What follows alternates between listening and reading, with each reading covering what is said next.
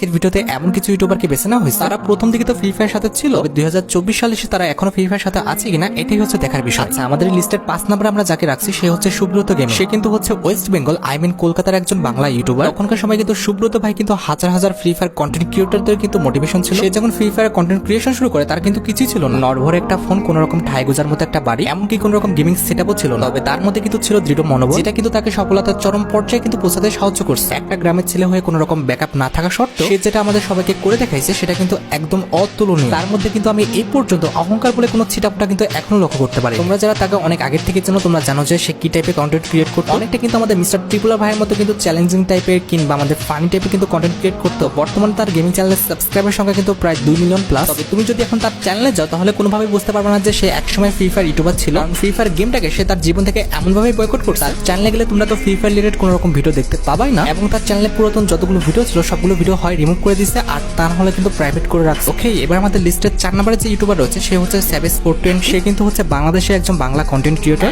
Obviously সে কিন্তু একজন free fire reaction king. তাকে কিন্তু অনেকেই তোমরা আলামিন ভাই নামে চেনো। সে বাংলাদেশে এমন একজন ফ্রি ফায়ার ইউটিউবার ছিল যার কিন্তু হেটার্স নাই বললে চলে। সবচেয়ে মজার বিষয় হচ্ছে ফ্রি ফায়ারের যত রোস্টার ইউটিউবার ছিল তারা কিন্তু সবাই আলামিন ভাইকে অনেকটাই ভালোবাসতো। যেখানে রোস্টাররা তাকে ভালোবাসতো তাহলে মানুষটা কেমন ছিল তুমি বুঝতে পারতেছো। আমি হয়তো বা এখনো কারো কাছে এই কথাটা বলিনি, তবে আমার কিন্তু ইউটিউবে আসার মেইন মোটিভেশন কিন্তু ছিল ইটস কাবু ভাই আর সেভেজ ভাই। সেভেজ ভাইয়ের ভয়েস, কথা বলার স্টাইল প্লাস তার যে ভিডিওর ব্যাকগ্রাউন্ড মিউজিক ছিল সবকিছু আমাকে এতটাই অ্যাট্রাক্ট করতো, আকর্ষণ করতো। তার ভিডিওটা আপলোড করার পর না দেখে আমি কোনোদিনই ঘুমাতাম না। এমনকি আমি যখন ফ্রি ফায়ার কন্টেন্ট ক্রিয়েট শুরু করি তখন কিন্তু আমি সেভেজ ভাইয়ের যে ব্যাকগ্রাউন্ড মিউজিকটা রয়েছে এটা কিন্তু ইউজ করতাম। আমার একসময় অনেক ইচ্ছা ছিল যে সেভেজ ভাইয়ের সাথে কোনো অডিয়েন্সের হিসেবে না, একজন কন্টেন্ট ক্রিয়েটর কিংবা একজন ইউটিউবার হিসেবে তার সাথে কথা বলা। দুঃখজনক বিষয়টি হচ্ছে আমি যখন একটু হলো যোগ্যতা অর্জন করছি তার সাথে কথা বলা, আমার ভাগ্যটাই খারাপ। আমি তখন দেখেছি ফ্রি ফায়ার গেমটাই সে ছেড়ে দিয়েছে। এখনো কিন্তু তার সাথে কথা বলার আমার খুবই ইচ্ছা আছে, প্লাস তার সাথে কিন্তু দেখা করার খুব ইচ্ছা আছে, তবে হয়তো আমার ভাগ্যটা নেই। তবে সেভেজ ভাই এমনকি জ্ঞান ভাইয়ের সাথে কন্ট্রোভার্সি প্লাস আমাদের বাংলাদেশের কিছু সাপ্রি অডিয়েন্স আছে যারা কিনা সেভেজ ভাইকে এই বিষয়টা নিয়ে হেড করতো। সে কিন্তু বাংলাদেশি অডিয়েন্স কিংবা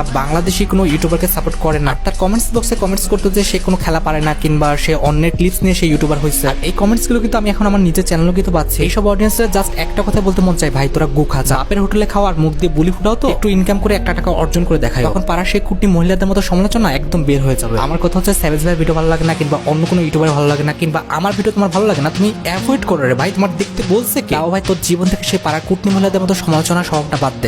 এবার আমাদের এই লিস্টের 3 নম্বর যে ইউটিউবার রয়েছে সে কিন্তু হচ্ছে নাইম আলম। সে কিন্তু হচ্ছে বাংলাদেশের একজন মোবাইল লেজেন্ড গেমিং ইউটিউবার ছিল। বর্তমানে তোমরা যদি নাইম আলমের চ্যানেলে যাও তাহলে দেখবা যে একটা ভিডিও কিন্তু তার চ্যানেলে নাই। মেইন রিজনটা হচ্ছে সে কিন্তু তার চ্যানেলের প্রত্যেকটা ভিডিও কিন্তু একদম রিমুভ করে ফেলছে। সত্যি কথা বলতে এখানে শুধুমাত্র আমি অডিয়েন্সকে দোষ দিব না, এখানে কিন্তু নাইম আলমের কিন্তু অনেকটা দোষ আছে। নাইম আলম কিন্তু বেসিক্যালি তার চ্যানেলে সোলো ভার্সেস স্কোয়াড কিংবা সোলো ভার্সেস ডুও এসব গেম প্লে গুলো কিন্তু আপলোড দিত। প্রথম দিকে কিন্তু তার চ্যানেলে অনেক ভিউজ আসছে, তবে যখন আমাদের ফ্রি ফায়ারটা ব্যান ইস্যু হয় তখন কিন্তু ভিউজটা অনেকটা কমে গেছিল। আর একটা কথা তোমাকে মনে রাখতে হবে, অবভিয়াসলি কিন্তু সারা জীবন মানুষের মুখের স্বাদ কিন্তু একরকম থাকবে না। অডিয়েন্সের কিন্তু অবশ্যই রুচিবোধ কিন্তু চেঞ্জ হবে। এখন তোমরা দেখবা যারা কথা বলে ভিডিও করে গেম প্লে করে তাদের চ্যানেলে কিন্তু ভিউজ আছে, তবে যারা কথা বলে গেম প্লে করে না তাদের চ্যানেলে কিন্তু ভিউজ নাই। যখন অডিয়েন্স যা চাচ্ছে, যখন যেটা ট্রেন্ড চলতেছে অবশ্যই তোমাকে কিন্তু সেটাই ফলো আপ করতে হবে। একতরফা কাজ করে তুমি সেটা গেম হোক কিংবা অন্য যে কোনো পর্যায়ে হোক তুমি কিন্তু স্টে করতে পারবা না। অবশ্যই কিন্তু সফল হতে হলে কিংবা সফল হয়ে সেটা ধরে রাখতে হলে অবশ্যই তোমাকে কিন্তু অডিয়েন্সের চাহিদা বুঝতে হবে এবং ট্রেন্ড ফলো করতে হবে, যেটা কিন্তু নাইম আলম করতে পারেনি। আর সে কিন্তু একদম নর্মালি সিটকায় গেছে। আমার মতে অডিয়েন্সের কোনো দোষ নাই, এখানে কিন্তু নাইম আলম নিজের ভাগ্য কিন্তু নিজের হাত দিয়ে নষ্ট করছে। ওকে, এবার আমাদের লিস্টের 2 নম্বরে যে রয়েছে সে হচ্ছে আলফা ফ্রি ফায়ার। চ্যানেলটার নাম কিন্তু আগে আলফা ফ্রি ফায়ার ছিল না, এই চ্যানেলটার নাম কিন্তু ছিল অঙ্কুশ এফএম। 2020 সালে এই চ্যানেল থেকে এমন একটি ভিডিও আপলোড করা হয় যে ভিডিওটা কিন্তু ফ্রি ফায়ার কমিউনিটিকে কিন্তু ফুল হেলিয়ে দেয়। 2020 সালে তার চ্যানেল থেকে একটি ভিডিও আপলোড করা হয়, সেটা কিন্তু ছিল আমাদের সোলো ভার্সেস স্কোয়াডের একটি ম্যাচ। এই ম্যাচে সে কিন্তু 32 কিল করে কিন্তু বুয়াটা আনে, যেটা কিন্তু ওই সময়ের জন্য ফ্রি ফায়ার একদম অসম্ভবই ছিল প্রায়। কারণ তখন কিন্তু আমাদের ম্যাপের মধ্যে কোনো রকম রিভাইভ দেওয়ার কিন্তু কোনো রকম সিস্টেম ছিল না, ছিল আমাদের ফিল্ডিং মেশিন, না ছিল আমাদের রিভাইভ দেওয়ার পয়েন্ট, কোনো রকম রিভাইভ দেওয়ার কিন্তু কোনো রকম সিস্টেমই তখন রাখা হয়েছিল না। যাই হোক, একটা কন্ট্রোভার্সির কারণে কিন্তু এই চ্যানেল থেকে আর ভিডিও আপলোড করা হতো না। 2 বছর আগে কিন্তু লাস্ট একটি ফ্রি ফায়ারের ভিডিও আপলোড করা হয়েছিল এই চ্যানেল থেকে। সবচেয়ে গুড নিউজ হচ্ছে সে কিন্তু আবারও ফিরে এসেছে। সে কিন্তু 7 দিন আগের থেকে কিন্তু আবার রেগুলার কিন্তু ভিডিও আপলোড করা শুরু করছে। সত্যি এটা দেখে কিন্তু অনেকটা খুশি হয়েছে এবং মনটা কিন্তু একদম ভরে গেছে। আমি চাই যে আগের সব ইউটিউবাররা আবার ফিরে আসুক। ওকে, এবার আমাদের লিস্টের 1 নম্বরে যাকে আমরা রাখছি সে হচ্ছে রাইস্টার। তুমি ফ্রি ফায়ার গেমটা খেলো আর রাইস্টারকে চেনো না, এটা হতেই পারে না। স্বাভাবিকভাবে কিন্তু রাইস্টার প্রত্যেক বছর কিন্তু 4 থেকে 5টা ভিডিও আপলোড করে। প্রত্যেকটা ভিডিওর ভিউজ কিন্তু মোটামুটি 5 থেকে 6 মিলিয়ন, 8 মিলিয়ন, 9 মিলিয়ন চলে যায়। 2 বছর হয়ে গেছিল তার চ্যানেলে কিন্তু কোনো রকম ভিডিও আসছিল না। আমরা ধরে নিয়েছিলাম যে রাইস্টার হয়তোবা আর কোনোদিনই কামব্যাক করবে না। তবে সবচেয়ে গুড নিউজ হচ্ছে রাইস্টার কিন্তু আবার কামব্যাক করছে। 5 মাস আগে কিন্তু তার চ্যানেলে একটি ভিডিও আপলোড করা হয়। আসলে আমি বলে বোঝাতে পারবো না যে আমি কতটা খুশি হচ্ছি বড় বড় ইউটিউবাররা ব্যাক করার জন্য। যাই হোক, এই ছিল আজকে আমাদের ওল্ড ইউটিউবার নিয়ে করা এই ভিডিওটি। আশা করি ভিডিওটি তোমাদের ভালো লেগেছে। যদি হয় অবশ্যই কিন্তু ভিডিওতে লাইক করে দিও।